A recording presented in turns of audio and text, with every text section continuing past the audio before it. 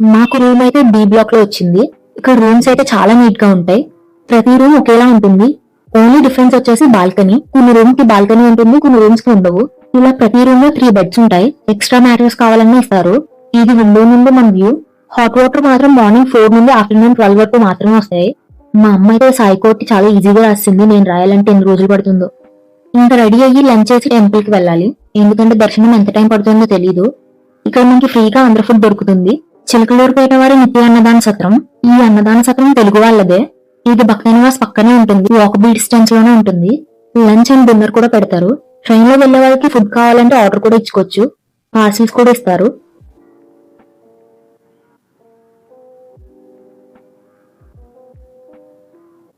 Phones అన్ని lockers లో పెట్టేసి దర్శనానికి వెళ్ళాలి. మాకైతే దర్శనం అవడానికి 3 గంటలు పట్టింది. ఇప్పుడు షాపింగ్ చేద్దాం. ఏ ఊరు వెళ్ళినా షాపింగ్ మాత్రం పక్కా చేయాలి. నేనైతే ఈ ట్రిప్ లో నాకు వచ్చి రాని హిందీని చాలా బాగా వాడాను.